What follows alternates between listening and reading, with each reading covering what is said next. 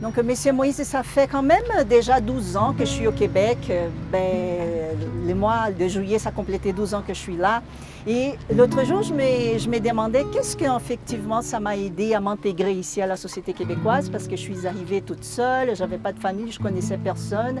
Et je me suis rendu compte que c'était vraiment le bénévolat qui m'a permis d'abord de rentrer en contact avec les gens du Québec, que ce soit les Québécois qui sont nés ici et même d'autres personnes immigrantes.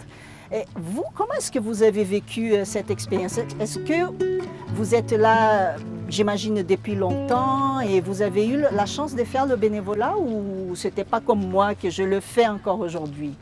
Mais moi, j'arrivais, ça fait 35 ans. Quand j'arrivais au Canada, il n'y avait rien.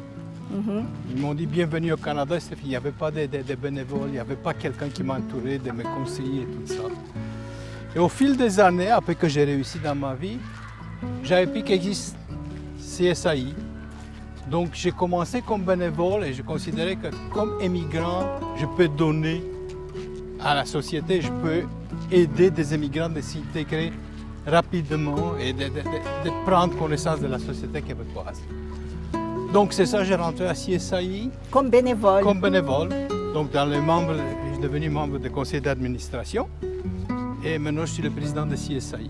Mais vous, comment est-ce que vous avez vécu l'évolution de ce bénévolat-là? Mais pour moi, c'est qu'en arrivant comme bénévole, on a commencé de travailler sur des différents programmes. Donc on a eu vraiment besoin de bénévoles pour la francisation, pour des différents programmes qu'on a mis en place. Et on a travaillé fortement comme conseil d'administration de développer et de prendre avantage des bénévoles. Que des bénévoles qui sont des Québécois ou des bénévoles comme vous, que vous êtes venus ici et vous voulez donner à la société.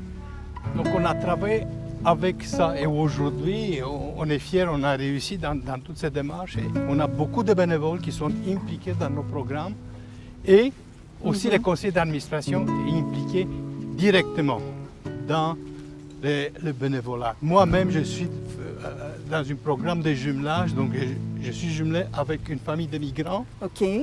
Ce que ça m'a aidé énormément aussi, c'est le fait que, au-delà de faire un réseau personnel, avoir peut-être des chances professionnelles, c'est aussi se sentir utile et contribuer vraiment à l'essor de la société. Moi, j'ai dit que les gens apprennent les bonnes choses à la maison. Donc, advenant commissionnant un programme pour les enfants dans les garderies, pour que les parents puissent aller prendre leur cours de francisation, peu importe.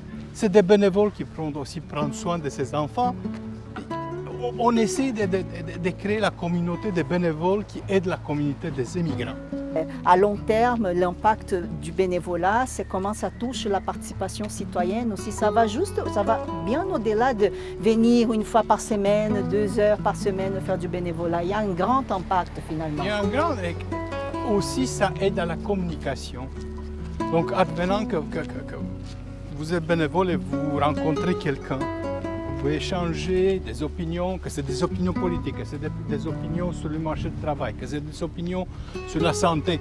Il y a un échange et cet échange, c'est riche. Ouais. Et comme bénévole, à la fin, si vous pensez, c'est une richesse. On donne la richesse à quelqu'un. C'est un échange, c'est ça. Et ce partage aussi des cultures, des connaissances, d'expériences aussi, exactement.